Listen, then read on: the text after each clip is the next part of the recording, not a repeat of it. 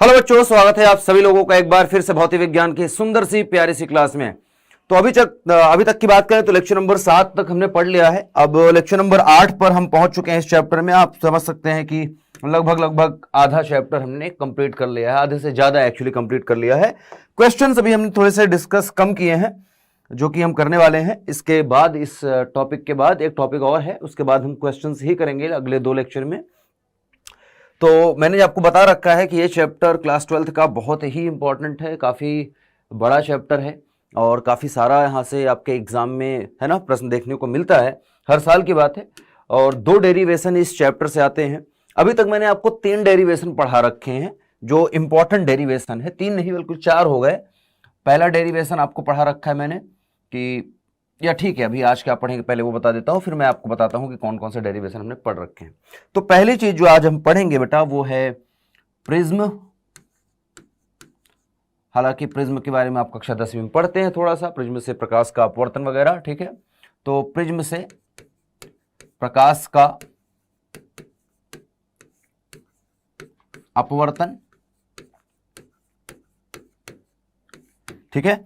और प्रिज्म से प्रकाश का अपवर्तन जो है, इसमें एक छोटा सा डेरिवेशन है और डेरिवेशन बहुत ही इंपॉर्टेंट है, जो कि है mu equals to sine A plus delta M by 2 divide by sine A by 2। तो ये एक फॉर्मूला है जो बहुत ही इंपॉर्टेंट फॉर्मूला है। और मैं आपको बताऊं तो ये जो चैप्टर है, इस चैप्टर का नहीं बल्कि इस पूरी फिजिक्स का, क्लास 12th की फिजिक्स का सबसे बड़ा डेरिवेशन है। ये सबसे बड़ा डेरिवेशन इसको हम कह सकते हैं कि ये है क्लास 12th में। तो इसको मैं थोड़ा आसान करके आप अपने अपने किताबों में चेक करेंगे, अपने अपने बोर्ड के, तो आपको इसका लेंथ जो है इसका डेरिवेशन का है ना, वो किसी में 2 पेज का मिलेगा, किसी में 3 पेज का भी मिल सकता है, 1.5 पेज का मिल सकता है। लेकिन इसको मैं थोड़ा सा छोटा करके और आसान शब्दों में, आसान तरीके से आपको बता रहा हूँ। इस तरह से आप प्रैक्टिस करेंगे तो आप बिल्कुल याद भी रख पाएंगे और एग्जाम में भी आपको पूरे नंबर मिलेंगे, ठीक है। तो ये वाला अगर आप तरीका अपनाएंगे जो आज मैं बताने वाला हूँ तो आपका फायदा है, ठीक है, कंफ्यूजिंग नहीं रहेगा इतना, ठीक है।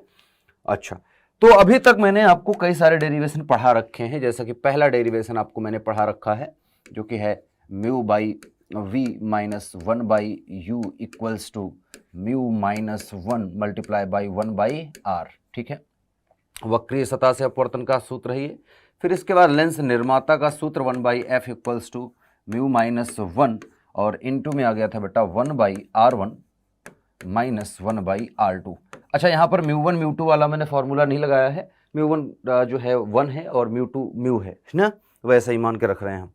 तीसरा मैंने आपको बताया कि यहाँ से निकाल सकते हैं कि 1 बाई एफ जो है बराबर है 1 by F1 plus 1 by F2 plus dash dash dash जितने होंगे। और इसी में पावर को भी बताया कि P इक्वल्स टू होता है P1 प्लस P2 के, जहाँ P जो है बराबर है 1 बाई F जब F मीटर में है, या इसी को आप लिख सकते हैं 100 बाई F जब F जो है सेंटीमीटर में है, और मात्रक होता है डायोप्टर पावर का, ठीक है। तो ये सारी चीज़ें आपको पढ़ा रखी हैं, बता रखी हैं, यहाँ तक की चीज़ें हो गई हैं। अब जो आपके पास आपके आपके जो है सामने फॉर्मूला आने वाला है, डेरिवेशन आने वाला है, मैंने आपको जैसा कि बताया कि सबसे बड़ा डेरिवेशन है आपके क्लास 12th का। तो आइए स्टार्ट करते हैं। सबसे पहले प्रिज्म क्या है। प्रिज्म आप जानते हैं 5 जो है सतहों से मिलकर, है ना, कांच का प्रिज्म बनता है और 5 सतह होते हैं, 5 सतह से मिलकर बनी हुई आकृति है, तो संरचना है, ऐसा आप बोल सकते हैं।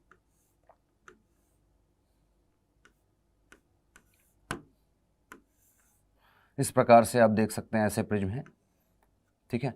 अब एक साइड से हम देख रहे हैं तो यहाँ 3 साइड यहाँ हो गई, 3 साइड यहाँ, और चौथी ये 5 तो 1 2 3 4 और ये नीचे जहाँ रखी है 5। तो एक कैसा स्लैब जैसा है।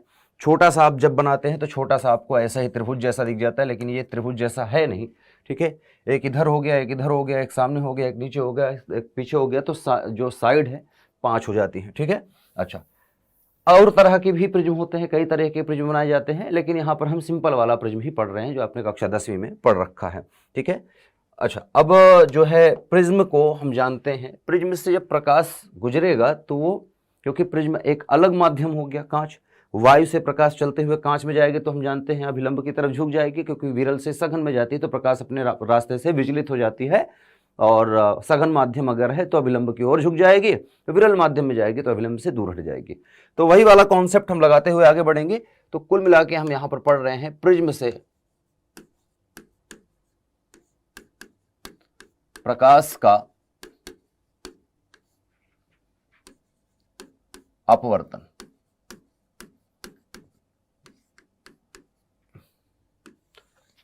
कुछ चीजें आपको बता दूं प्रिज्म के बारे में पहले। हालांकि प्रिज्म देखने में अभी त्रिभुज की तरह ही लगेगा आपको, सिंपल सा ऐसा ही हम बनाएंगे, बट ठीक है। कुछ चीजें यहां पर आप जान लें तो आपके लिए बेसिक जानकारियां कुछ पहले बता दूं आपको तो ठीक रहेगा। ठीक है, चलिए ये प्रिज्म है हमारा। प्रिज्म का जो ऊपर देखो ये आधार हो गया जहां रखा है प्रिज्म, ठीक है। जो ऊपर वाला कोण होता है बेटा इसको प्रिज्म कोण बोलते हैं, ये प्रिज्म का कोण कहलाता है, इसको प्रिज्म कोण कहते हैं, ठीक है। जो ऊपर कोना होता है, जो भी ऊपर होगा, अगर मैं इसको पलट के ऐसे रख दूं, ये वाला कोना ऊपर कर दूं तो ये फिर प्रिज्म कोण कहलाएगा, ठीक है। अच्छा, तो ए हो गया, ये मान लेते हैं बी है और ये मान लेते हैं सी है। तो बी और सी जो भुजा है या जो सतह है वो आधार सतह है, ए सी एक सतह ये है और ए सी एक सतह ये है और ए बी सतह ये है। सामने की जो सतह है वो आपको दिख ही रही है। अच्छा, यहाँ पर अगर हम जानते हैं कि एक श्वेत प्रकाश किरण अगर डाली जाए, ठीक है, मानो कि एक श्वेत प्रकाश किरण अगर आती है प्रिज्म पे पड़ती है कहीं से, ठीक है, मान लो इस तरह से प्रकाश किरण आई और प्रिज्म पे पड़ रही है, ठीक है, इस प्रकार से प्रिज्म पे पड़ रही है श्वेत प्रकाश।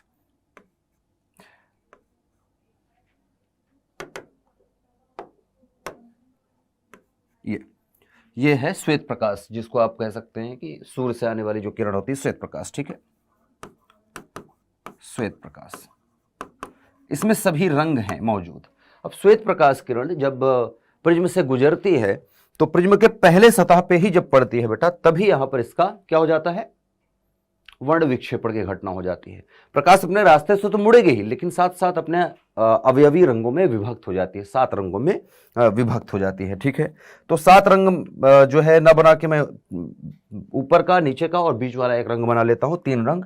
सबसे नीचे होता है बैगनी, ठीक है, तो मैं इसको बैगनी ही मान के चलूं, ठीक है।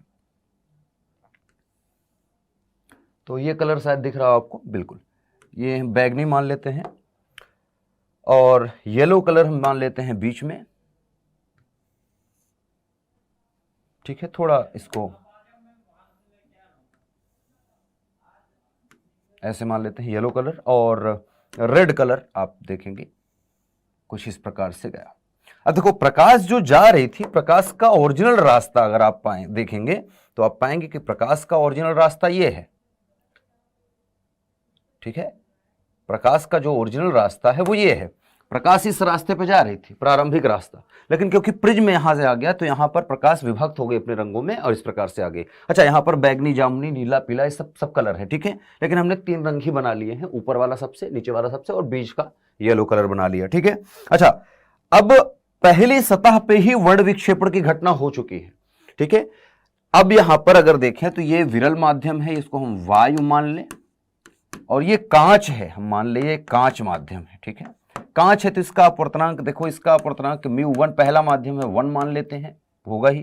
कांच है तो इसको ये कांच हो सकता है या प्लास्टिक का प्रिज्म हो, ठीक है, या पानी का, मैं कहूं कि बर्फ का प्रिज्म बना रखा है, संभव है कि अलग अलग मटेरियल के बनाए जा सकते हैं, कांच में भी बहुत तरह के मटेरियल होते हैं, तो इसको हम म्यू ही मान लेते हैं कि दूसरा माध्यम जो कांच है उसका अपवर्तनांक हमें पता नहीं है, 1 2 3 4 कितना है नहीं पता है, हम म्यू मान लेते हैं बस।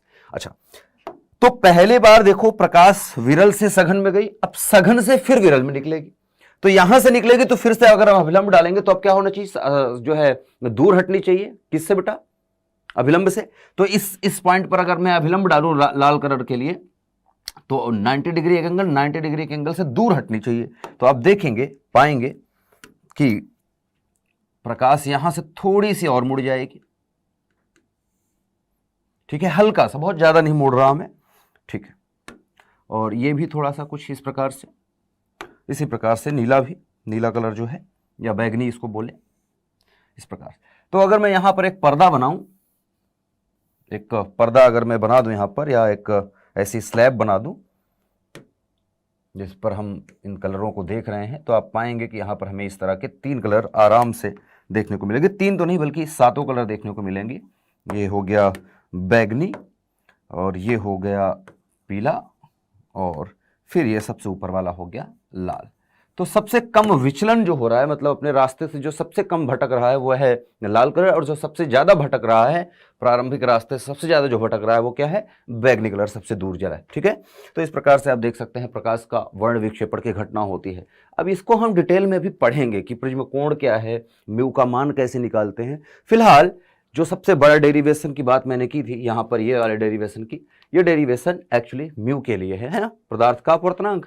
प्रिज्म के पदार्थ का अपवर्तनांक निकालेंगे कि प्रिज्म के पदार्थ का अपवर्तनांक कितना है, क्योंकि ये जो प्रकाश अपने रंगों में विभक्त हो रहे हैं ना, इसके पीछे जो है म्यू ही है।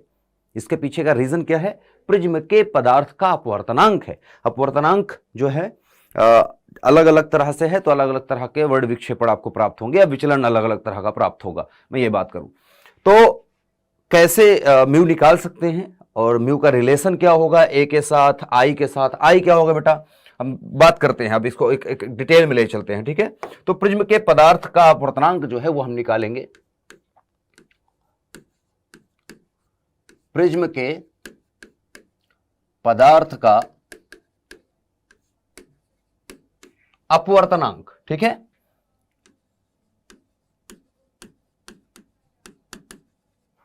प्रिज्म के पदार्थ का अपवर्तनांक अर्थात म्यू निकालेंगे, जो कि बराबर आएगा sine a plus delta m divide by 2, और डिवाइड बाई आता है साइन a बाई 2 के।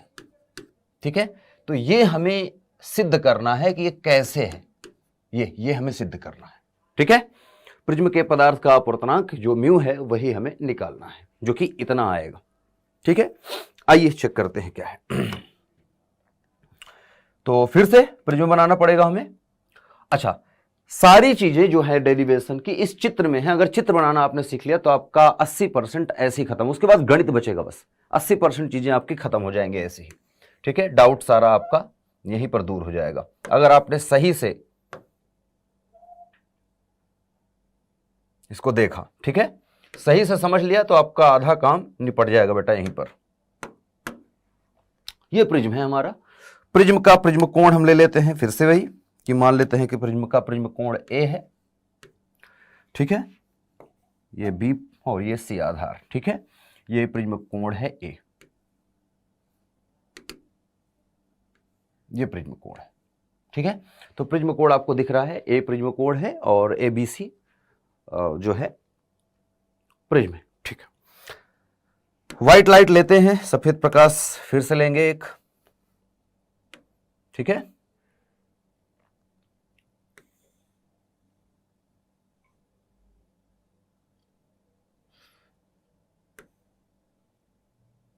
चलो मैं मान लेता हूं कि सफेद प्रकाश की किरण इस प्रकार से आई, यहां पर पड़ी, और प्रकाश किरण का नामकरण भी कर लेते हैं थोड़ा सा। मान लेते हैं ये प्रकाश है पी क्यू। ठीक है, पी क्यू प्रकाश किरण है जो कि आपतित प्रकाश किरण है, जो कि प्रिज्म पे आके पड़ती है। अब इसका रास्ता अगर हम देखें तो इसका रास्ता किधर है बेटा,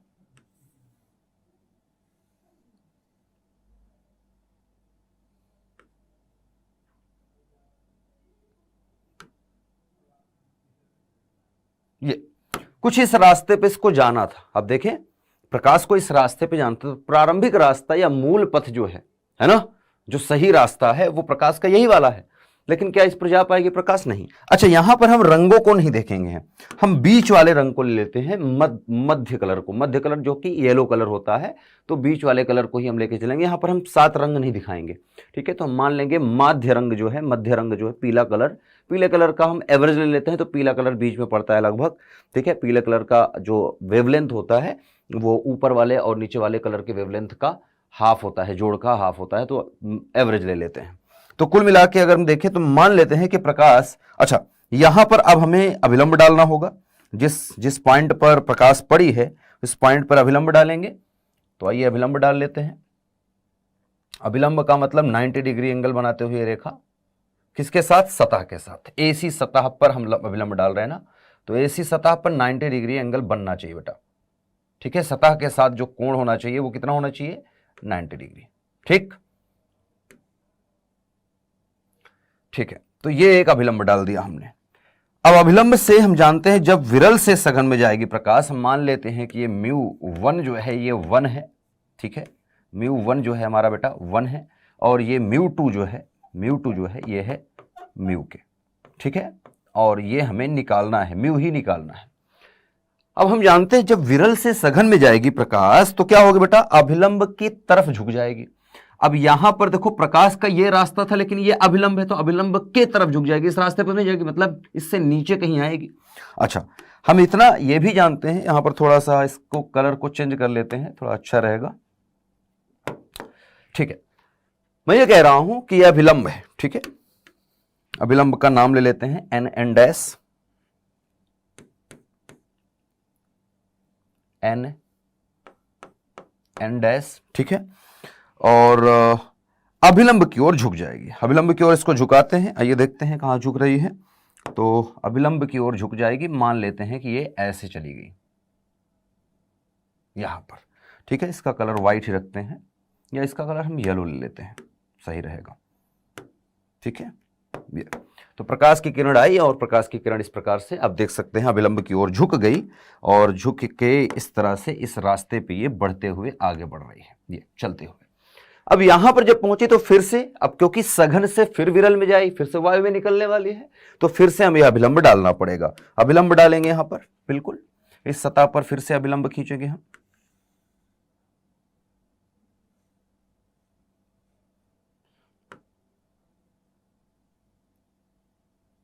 अभिलंब खींचेंगे बेटा, अभिलंब हम देख सकते हैं ये खींच दिया इस पॉइंट पर। किस पॉइंट पर बेटा, जिस पॉइंट पर प्रकाश जो है, जैसे इस पॉइंट पर हमने अभिलंब खींचा था, अब इस पॉइंट पर हमने अभिलंब डाल दिया जहां पर प्रकाश निकलने वाली है। तो सघन से जब विरल में जाएगी तो अब क्या होगा, अभिलंब से दूर हटनी चाहिए। अब प्रकाश का रास्ता अगर देखोगे तो रास्ता तो ये वाला है, प्रकाश इस रास्ते पर अब चल रही है, इससे दूर हटना, अभिलंब ये है, अभिलंब की तरफ नहीं मुड़ेगी, अभिलंब से दूर मुड़नी चाहिए। तो अभिलंब से दूर मोड़ देंगे। ठीक है, अभिलंब से इसको दूर ले चलते हैं, आइए।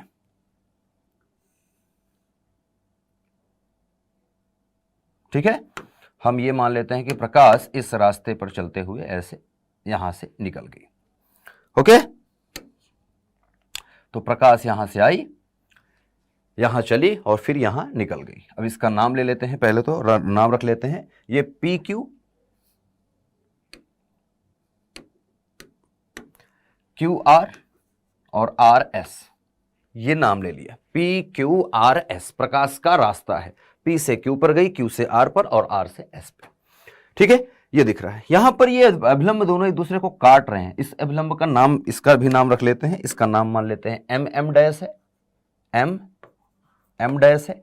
यहां पर देखेंगे तो यहां पर एक पॉइंट है, पॉइंट को हम बोल लेते हैं ए बी सी बना था, इस पॉइंट को हम डी बोल लेते हैं, इस पॉइंट को डी पॉइंट है। और डी पॉइंट पर एक कोण बन रहा है, इसको हम थीटा मान लेते हैं, मान ले ये थीटा कोण बन रहा है, दोनों अभिलंब के बीच एक कोण बन रहा है। ठीक है, अच्छा ये प्रिज्म कोण है, दिख रहा है आपको। अच्छा, अगर मैं देखूं तो प्रकाश PQ जो है वो इस रास्ते चल रही थी, जो ओरिजिनल प्रकाश है, आपतित प्रकाश, और गई कहां, निर्गत प्रकाश, जो प्रिज्म से निकली प्रकाश, जो निर्गत, जो बाहर निकली है प्रकाश, वो RS है। तो मतलब प्रकाश का टोटल अपने रास्ते से कितना विचलन हुआ, कितना भटक गई अपना रास्ता कोण के रूप में। तो अगर कोण के रूप में देखूं तो प्रकाश इस रास्ते जा रही थी और इस रास्ते निकल गई। मतलब इसको अगर मैं पीछे की तरफ थोड़ा सा बढ़ाऊं, ठीक है, पीछे की तरफ थोड़ा सा इसको मैं बढ़ाऊं,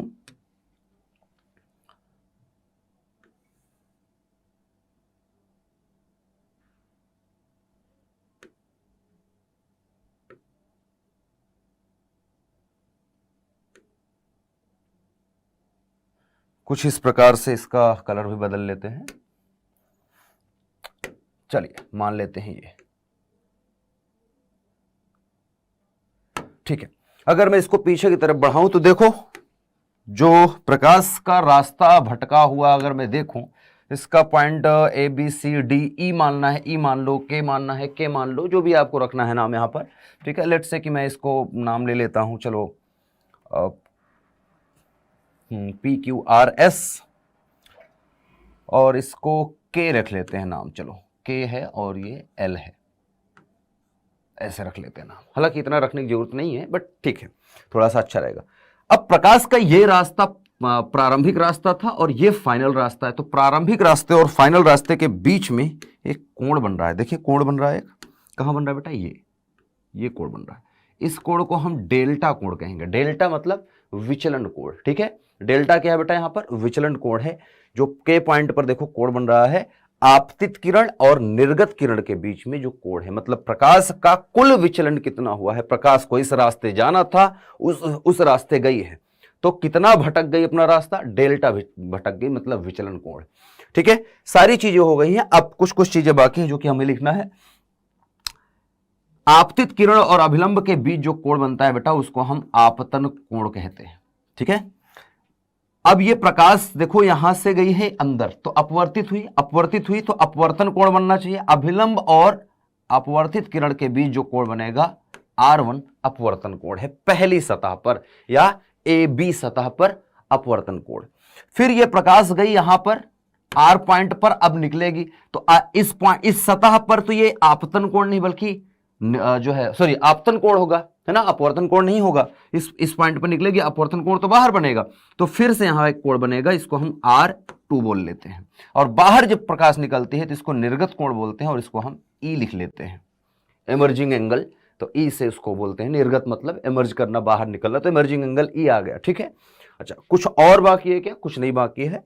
हाँ, इतना बाकी है कि पहली सतह पर विचलन कितना हुआ। अगर मैं देखूं तो पहली सतह पर प्रकाश देखो इस तरफ जा रही थी और इतना चली गई, तो पहली सतह पर विचलन अगर मैं कहूं कि कितना है, तो आप देख सकते हैं वो क्लियरली, और वो निकल गया कितना आ रहा है बेटा, ये Δ1।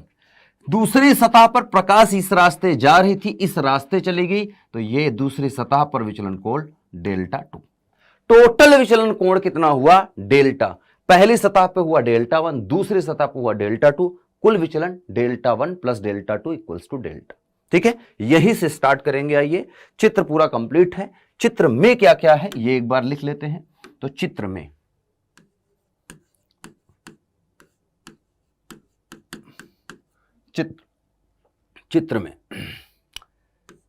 कोण ए बेटा प्रिज्म कोण है। ठीक है, सुनते रहना। ठीक है, ये कोण का चिन्ह होता है। PQ आपतित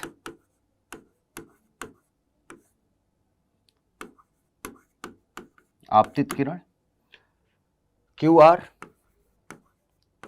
अपवर्तित किरण,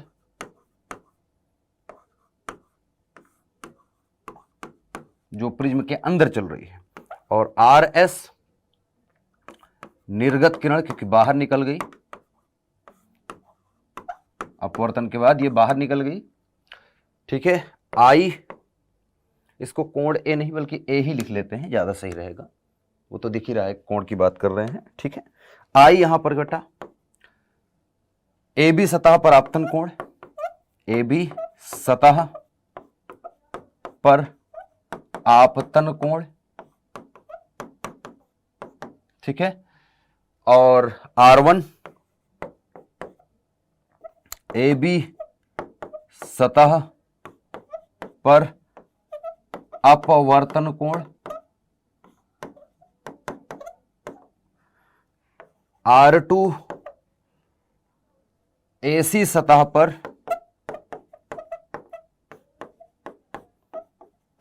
आपतन कोण,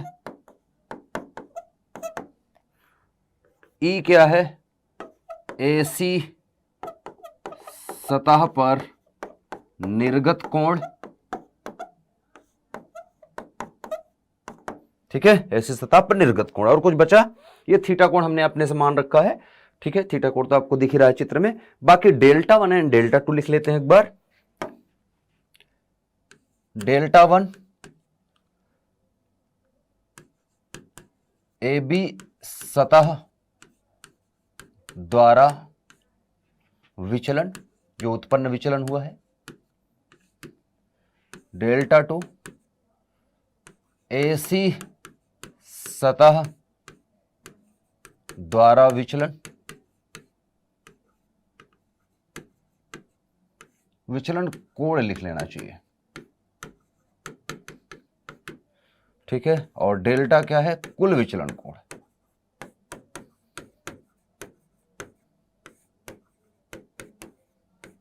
तो चित्र में क्या क्या चीजें हैं आपको दिख रहा है।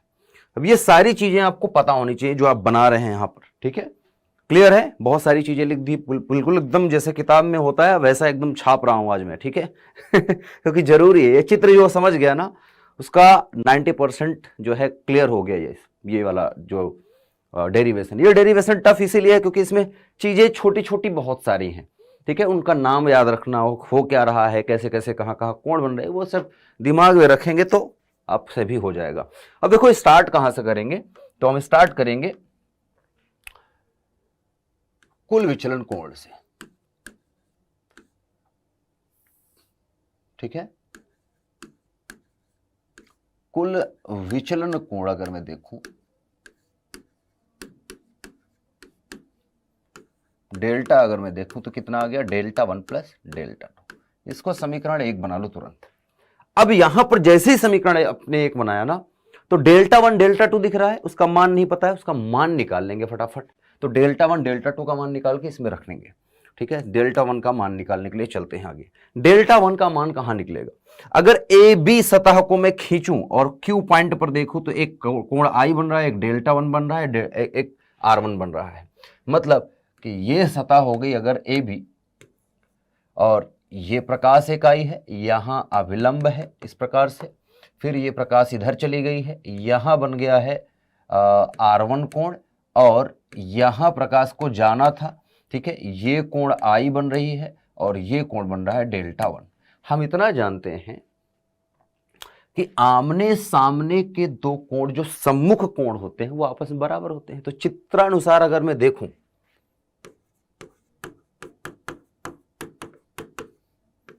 चित्रानुसार इस सतह पर क्यू पॉइंट को देखिए, ये क्यू पॉइंट मैंने बनाया ना, ये क्यू पॉइंट को देखिए, आई जो है वो डेल्टा 1 और R1 के बराबर होना चाहिए जोड़ के। आई जो है जितना कोण ये है इतना कोण ये होना चाहिए। देखो ये लाइन ऐसे कटी है, बीच में ये लाइन है, तो इस कोण को इस कोण के बराबर होना चाहिए, ठीक है। तो चित्रानुसार हम देख सकते हैं कि आई जो है वो बराबर है R1 प्लस डेल्टा 1 के। तो यहां से डेल्टा 1 का मान निकालिए, ये आ गया I माइनस R1 के, ठीक है। डेल्टा 1 का मान हमें मिल गया। इसी प्रकार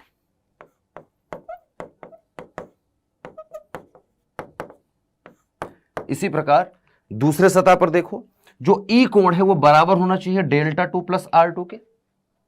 डेल्टा 2 और R2 के बराबर होना चाहिए ना, ठीक है, ठीक है। इसी प्रकार ई जो है वो बराबर है डेल्टा 2 प्लस R2 के। तो यहां से हमें क्योंकि डेल्टा 2 निकालना है, डेल्टा 2 बराबर हो जाएगा ई माइनस R2 के। अब डेल्टा 1 डेल्टा 2 का मान उठा के समीकरण 1 में रख देते हैं, इसको हटा दो, ठीक है।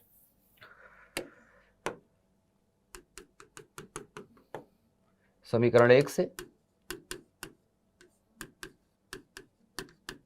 या समीकरण 1 में डेल्टा 1 एवं डेल्टा 2 के मानों को रखने पर, ठीक है, प्रॉपर लिखना है जैसे बोर्ड में आपको नंबर मिले, ठीक है। तो डेल्टा 1 बराबर, देखो डेल्टा बराबर करेंगे, डेल्टा 1 का मान कितना बेटा, I माइनस R1, और प्लस हो जाएगा डेल्टा 2, डेल्टा 2 का मान कितना बेटा, E माइनस R2। यहां से डेल्टा बराबर हम निकालेंगे तो आ जाएगा I plus E minus R1 minus R2, या इसको मैं लिख सकता हूं डेल्टा बराबर हो जाएगा I plus E minus common ले लें अगर तो ये बचेगा R1 प्लस R2 के। ये बहुत ही इंपॉर्टेंट फॉर्मूला हमारा यहां पर बन चुका है एक, ठीक है। टोटल विचलन अगर आपसे पूछा जाए कि कब जो कोई प्रकाश अगर जा रही है और मतलब जिसका आई आपतन कोण है और निर्गत कोण ई है और इस तरह से R1 R2 कोण बन रहे हैं, तो विचलन कोण कितना होगा तो टोटल विचलन हम निकाल सकते हैं यहां से, ठीक है। किसी भी प्रिज्म के लिए कैसा भी प्रिज्म हो निकल जाएगा, ठीक है। तो ये चीज हमें मिल गई है समीकरण, इसको हम 2 मान के और थोड़ी देर के लिए भूल जाते हैं। बहुत सारे समीकरण यहां पर बनने वाले हैं आज। अच्छा, अब हमें R1 और R2 का कुछ करना पड़ेगा, ठीक है, कुछ करना पड़ेगा। तो इसके लिए एक स्थिति है बेटा, ध्यान से सुनना मेरी बात। अब हम जब बात करते हैं प्रिज्म के पदार्थ का अपवर्तनांक निकालना, हालांकि प्रिज्म के पदार्थ का अपवर्तनांक निकालने के लिए तो तरीके कई सारे हैं, ठीक है, लेकिन जो आपको आपके बोर्ड में करना है, जो आपको दिया गया है, ठीक है, वो एक विशेष स्थिति पर पूछा जाता है। विशेष स्थिति है बेटा न्यूनतम विचलन की स्थिति में। आपको कहेगा कि न्यूनतम विचलन की स्थिति में जो हमने ये फॉर्मूला है ना, ये फॉर्मूला न्यूनतम विचलन की स्थिति, मतलब प्रकाश प्रिज्म से निकले तो कम से कम अपने रास्ते से जब भटके तब हमें बताना है कि म्यू का मान क्या होगा। जब प्रकाश कम से कम अपना रास्ता भटक रही है तभी उसी टाइम पर हमें म्यू का मान निकालना है, उसी स्थिति में निकालना है, ठीक है। तो ये जो चित्र बना हुआ है ये न्यूनतम विचलन की स्थिति है। प्रिज्म से किसी भी प्रकाश का न्यूनतम विचलन जो होगा वो इस प्रकार का होगा, और ये देखो तो ये प्रिज्म है ABC, इससे प्रकाश जो PQ है उसका विचलन जो है जो हुआ है इसको हम न्यूनतम बनाएंगे। अगर प्रिज्म से प्रकाश का विचलन न्यूनतम है तो ये जो कोण है कुल विचलन कोण, ये कुल न्यूनतम विचलन कोण होना चाहिए, क्योंकि विचलन जो है वो न्यूनतम, मैं कह रहा हूं न्यूनतम विचलन की स्थिति में। तो हम कह रहे हैं न्यूनतम विचलन की स्थिति में, न्यूनतम विचलन की स्थिति में, ये शर्त है, इसी स्थिति में हमें निकालना है। तो न्यूनतम विचलन की स्थिति में आप देखेंगे तो ये डेल्टा जो है ये क्या बन जाएगा, डेल्टा M। क्या बन जाएगा बेटा, डेल्टा बन जाएगा डेल्टा M के, ये डेल्टा M बन गया। तो जो न्यूनतम विचलन है वो हम देख सकते हैं डेल्टा M है, और न्यूनतम विचलन की स्थिति में शर्त, न्यूनतम विचलन की स्थिति में क्या होता है ये जानिए थोड़ा सा। न्यूनतम विचलन की स्थिति में पहली चीज जो होती है, शर्त है ये न्यूनतम विचलन की स्थिति की शर्त मैं लिख देता हूं।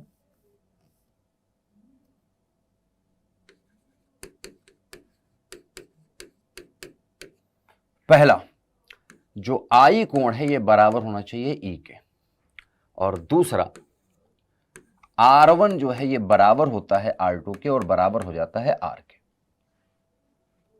R1 बराबर होता है R2 के और बराबर होता है R के, ये हम मान लेते हैं क्योंकि दोनों आपस में बराबर हो गए तो ये हम माना करते हैं। आपतन कोण और निर्गत कोण बराबर होना चाहिए। देखिए ये कोण आपतन कोण I और E आपस में बराबर जब होंगे तब न्यूनतम विचलन की स्थिति होगी, और जब ऐसा होगा तो R1 और R2 भी आपस में बराबर होंगे, दोनों सतह पर जो कोण बन रहे हैं वो आपस में बराबर होंगे। ये है न्यूनतम विचलन की स्थिति की शर्त, ठीक है। अगर ऐसा है तो समीकरण जो है 2 से, समीकरण 2 में, ठीक है, समीकरण 2 के अनुसार थोड़ा सा चल लेते हैं। समीकरण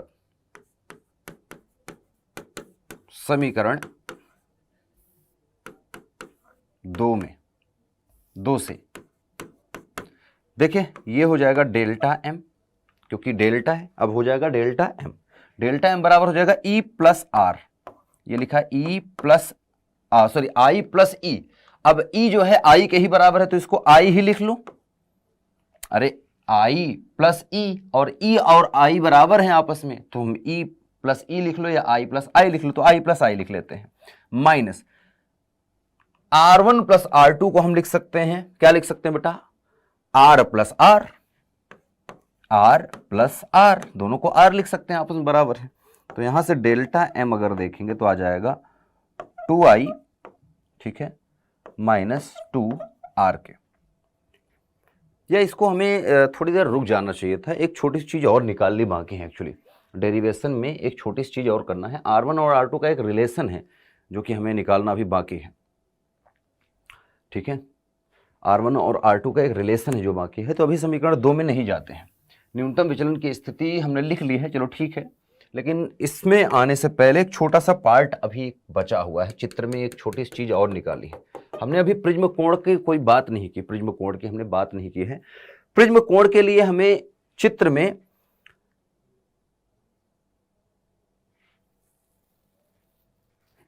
हाँ, अगर मैं बात करूं एक त्रिभुज की, यहां पर देखिए क्यू आर और डी, एक त्रिभुज की बात करते हैं चित्र में, या न्यूनतम विचलन की स्थिति की शर्त अभी भूल जाओ बेटा, मैं तो कहूंगा, ठीक है। चलिए इसको मैं करूंगा, अभी लिखूंगा। अभी हम ऐसा करते हैं, सिंपल सा चलते हैं आगे चित्रानुसार। चित्र में ये पहले कर लेते हैं, कंफ्यूजिंग हो जाएगा। चित्र में त्रिभुज क्यू आर डी में,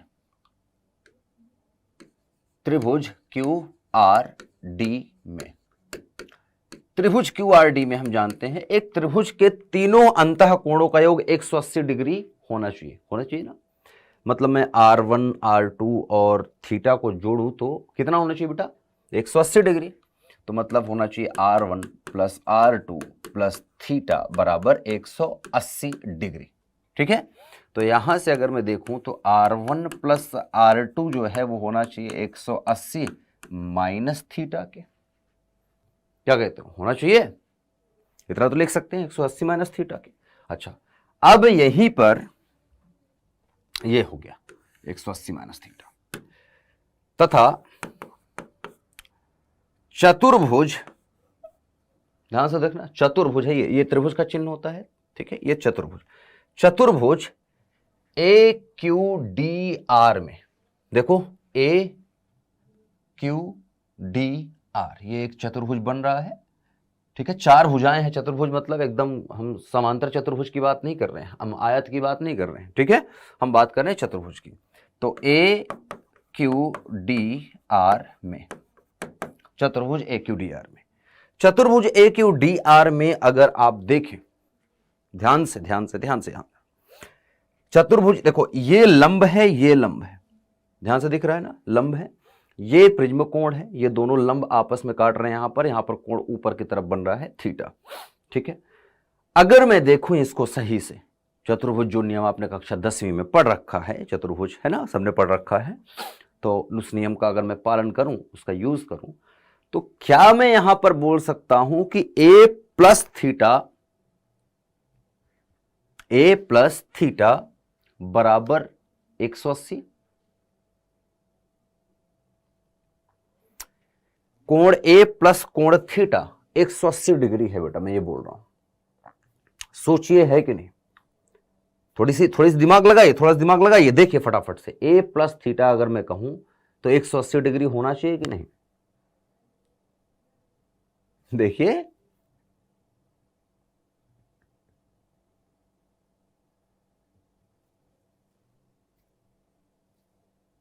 होना चाहिए।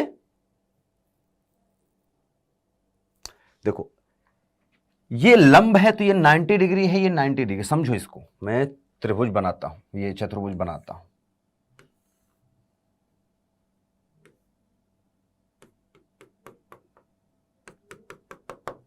मैं कह रहा हूं ये A है, ये Q है, ये D है और ये R है। ध्यान से सुनना मेरी बात, ये कोण A है, ये कोण थीटा है, ये कोण A है, ये कोण थीटा है, ठीक है। यहां पर हम जानते हैं ये लंब है, ये क्या है, अभिलंब है, अभिलंब का मतलब होता है 90 डिग्री, अभिलंब का मतलब होता है 90 डिग्री।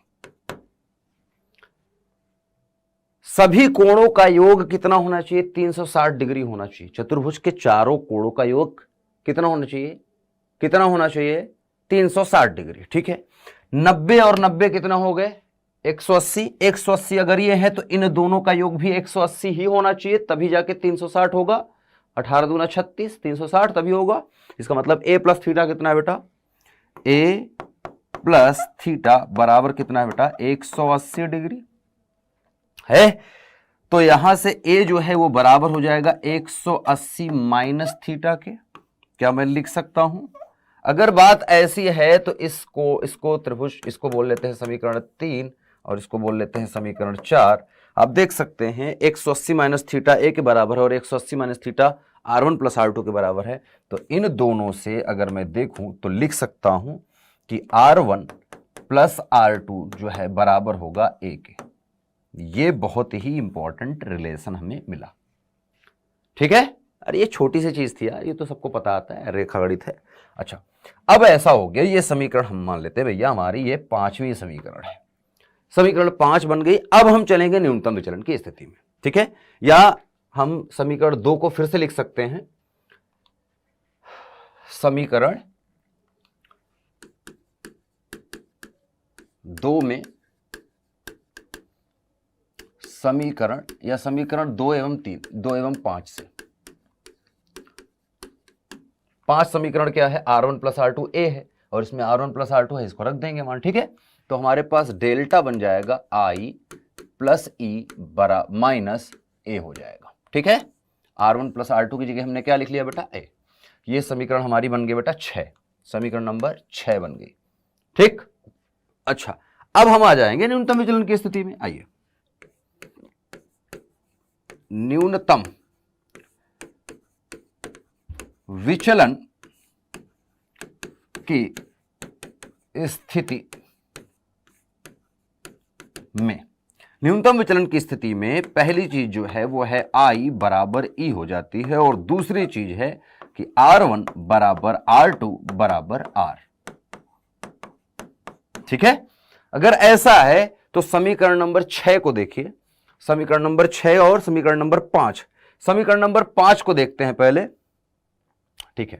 इतना स्थिति में ये समीकरण 5,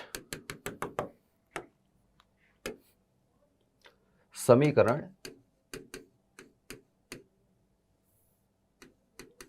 5 में R1 एवं R2 का मान रखने पर, ठीक है, R1 R2 का मान रख लेते हैं फटाफट से। देखिए समीकरण क्या है 5, ये है यहां पर R1 plus R2 equals to ए, मतलब हो जाएगा R प्लस R बराबर ए, तो यहां से आएगा R बराबर a बाई 2। न्यूनतम विचलन की स्थिति में हमें पता चल गया कि जो कोण R है वो होगा a बाई 2 के बराबर, तथा समीकरण 6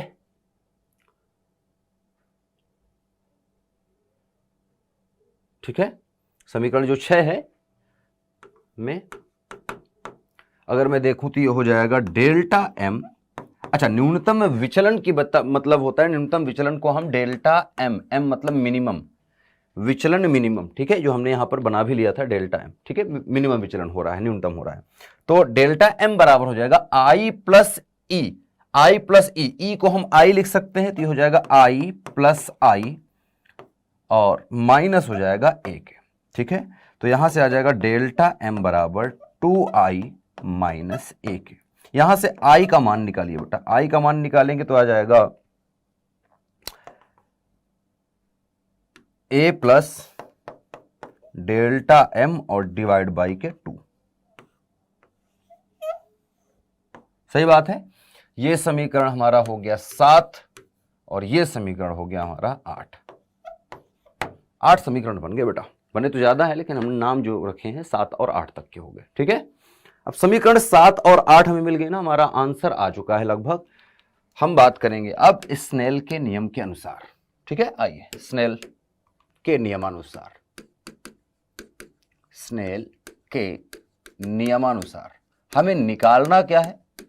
हम क्यों स्नेल का नियम लगा रहे हैं बेटा, क्योंकि हम जानते हैं कि जो म्यू होता है स्नेल के नियम में वो बराबर होता है आपतन कोण की ज्या बटे अपवर्तन कोण की ज्या के। तो I और R का मान अब हमें पता है, ये देखो I और R दोनों का मान हमने निकाल लिया। समीकरण 8 में I का मान, यहां पर R का मान, दोनों उठा के फटाफट से रख लेते हैं, ठीक है। तो म्यू बराबर अगर मैं देखूं तो हो जाएगा साइन, यहां आ जाएगा a plus delta m by 2 और R का मान आया है बेटा साइन a बाई 2 के, और ये जो फॉर्मूला बन गया है यही हमें निकालना था।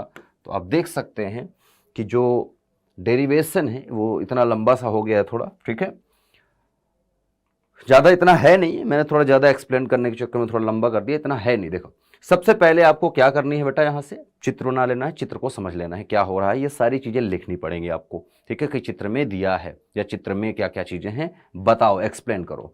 फिर कुल विचलन कोण से बात याद करो, ठीक है, बात स्टार्ट करो कि प्रिज्म द्वारा प्रकाश का कुल विचलन अगर देखें तो डेल्टा बराबर है डेल्टा 1 प्लस डेल्टा 2। पहले समीकरण में ही पता चल जाएगा कि डेल्टा 1 डेल्टा 2 आपको नहीं पता है तो वो निकालो, जैसे ही निकालोगे दोनों सतह पर डेल्टा 1 डेल्टा 2 का मान रख दो, यहाँ पर रखते ही ये वाला समीकरण बन जाएगा। ये समीकरण बन गया। अब आपको R1 R2 का मान निकालना है, क्योंकि R1 R2 नहीं पता है। R1 R2 का मान आपको प्रिज्म कोण के रूप में निकालना है, क्योंकि जो प्रिज्म है उसके बारे में तो आपको पता है ना कि प्रिज्म का प्रिज्म कोण क्या है, वो तो दिया है, प्रिज्म तो आपको दे दिया जाएगा, तो प्रिज्म कोण तो फिक्स है, ठीक है। लेकिन अपवर्तन कितना हो रहा है, आपतन कितना कोण बन रहा है, वो तो हमें नहीं पता है, तो उनको हटाना पड़ेगा, ठीक है। R1 R2 को हटाना पड़ेगा। हटाए तो हम चलेंगे चित्र में, चित्र में चले आएंगे, एक त्रिभुज में आएंगे पहले QRD में, वहां से हमें पता चलेगा ये, ठीक है, छोटा वाला जो त्रिभुज बन रहा है नीचे, ये पीली रेखा और ये दोनों अभिलंब के बीच में, तो त्रिभुज के तीनों कोणों का मान 180 डिग्री होता है, तो R1 plus R2 plus theta 180 degree होना चाहिए। तो यहां से हमें पता चला कि भैया R1 प्लस R2 जो है वो बराबर 180 माइनस थीटा हो जाएगा। अब 180 माइनस थीटा दिख गया ना, तो 180 माइनस थीटा को हटा के A के बराबर करना है। कैसे करेंगे, ये चतुर्भुज है, चतुर्भुज AQDR में हटा दिया, बन गया, दोनों को बराबर किए, ये बन गया, काम हो गया। यहाँ पर अब ये मान उठा के, क्योंकि R1 प्लस R2 का मान निकाला था, निकाल लिए, A हमें पता है, A के रूप में इस फॉर्मूले को लिख दिया, तो हो गया I प्लस ई माइनस ए। देखिए क्या बन गया, I प्लस ई माइनस ए। जैसे ही यहां आ जाए अब आप लिखेंगे न्यूनतम विचलन की स्थिति में, शर्त लिखेंगे न्यूनतम विचलन की स्थिति के अनुसार I E बराबर होने चाहिए और R1 R2 बराबर होने चाहिए। सबका मान रखें फटाफट से। यह समीकरण छठवीं और ये समीकरण देखेंगे 2R बन जाएगा, 2R है तो R बराबर A/2 हो जाएगा, और यहां रखेंगे तो I प्लस आई माइनस ए, जो कि आ गया I बराबर A plus delta M/2। I और R का मान जैसे निकला, आपको पता है कि स्नेल का नियम म्यू बराबर sine I by sine R, I और R का मान रखें, आपका आंसर, और ये हो गया इति सिद्धम। ठीक है, तो ये आपका डेरिवेशन अगर आपके एग्जाम में आता है तो 5 नंबर के आसपास का आता है, और बहुत ही सुंदर सा डेरिवेशन है, थोड़ा लंबा है बट अच्छा है। तो आज के लिए क्लास में बस इतना ही रखेंगे। मैं उम्मीद करता हूं कि आप इसको प्रैक्टिस करेंगे 2-3 बार तो आपको आ जाएगा, और इतना कठिन नहीं है। अभी देखने में कठिन लग रहा होगा, एक बार लेक्चर को और देख लेना, फास्ट फॉरवर्ड करके तेजी से देख लेना, या नोट्स आपने बना रखा है अगर लिख लिया है तो उसको 1 बार 2 बार प्रैक्टिस कर लें। 3 बार अगर आपने इसको लिख लिया ना डेरिवेशन को, तो आपको याद हो जाएगा और आपको पता चल जाएगा कब क्या कहाँ कैसे मान रखने हैं, कैसे करना है। ठीक है, तो आज के लिए बस इतना ही, फिर मिलेंगे, बाय बाय, टेक केयर।